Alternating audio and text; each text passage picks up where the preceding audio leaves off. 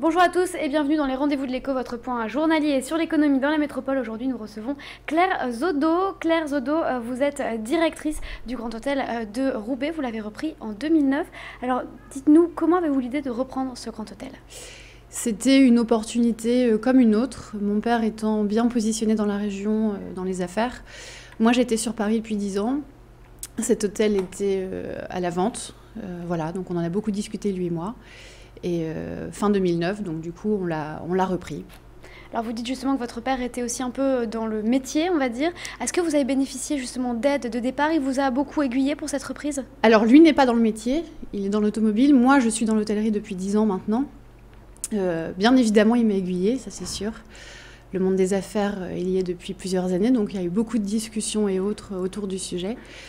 En termes d'investissement, ça s'est fait en interne, donc en famille. Uniquement, voilà.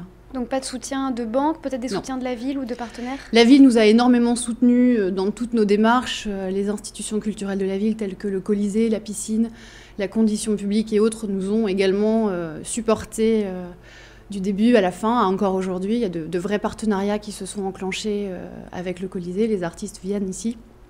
Ça, c'est très, très positif pour nous. La piscine également nous envoie beaucoup, beaucoup de monde au moment des vernissages. Donc les partenariats avec la ville et les institutions de la ville sont très, très forts, oui. Alors on imagine quand on reprend ce genre d'établissement, il y avait déjà des gens qui y travaillaient, vous avez dû le fermer. Comment ça s'est passé aujourd'hui ? Vous avez réussi à réembaucher des personnes ? Alors oui, bien évidemment, quand on a repris l'hôtel fin 2009, les salariés existants étaient repris. On les a mis au chômage partiel pendant plusieurs mois, donc pendant presque un an. L'activité a repris fin 2010, début 2011, avant l'ouverture de l'hôtel. Bien évidemment, nous avons embauché pour étoffer les équipes, puisqu'on avait cette volonté justement de faire évoluer cet hôtel qui était vraiment en plein déclin.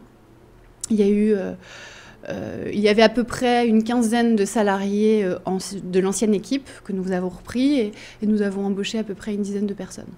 Vous avez réussi à créer des emplois. Est-ce qu'aujourd'hui, vous avez d'autres objectifs ? Vous me parliez justement de travailler avec la ville. Qu'est-ce que vous voulez donner un peu comme image justement de ce grand hôtel ? Alors, ce grand hôtel aujourd'hui, et depuis toujours d'ailleurs, fait partie de l'histoire de la ville. Et aujourd'hui, on a cette volonté, nous, de faire et de créer des événements à travers l'art et la culture. On a eu une année assez dense pour faire démarrer cet établissement qui était fermé depuis près de 2 ans. Et là, aujourd'hui, on a cette volonté de créer des événements à travers l'art et la culture. On n'a pas encore de projet bien clair et déterminé sur le sujet, mais en tout cas, ça fait partie des éléments de 2012. Est-ce qu'aujourd'hui, vous bénéficiez d'une certaine forme de publicité, que ce soit auprès de la ville, des entreprises ? Parce que c'est vrai que Roubaix est une ville avec beaucoup de sièges d'entreprises.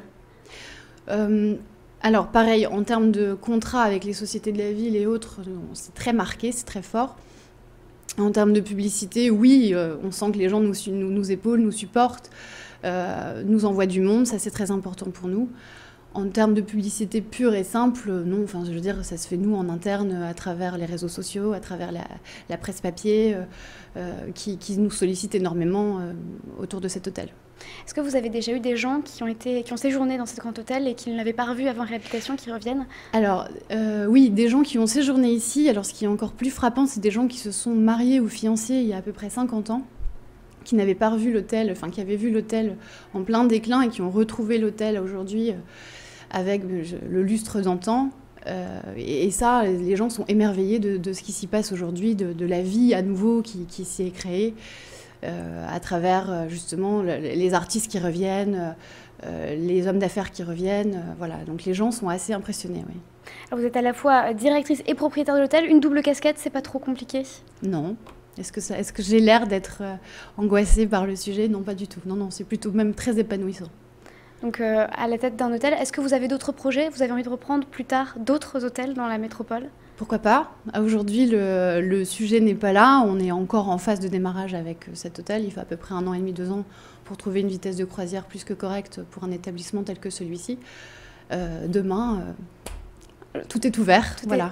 En tout cas, merci Claire Zodo. Je rappelle que vous êtes directrice et propriétaire du Grand Hôtel de Roubaix. Merci à vous tout de suite. Merci. On fait un point sur votre météo. Restez avec nous, vous êtes en direct sur Grand Lille TV.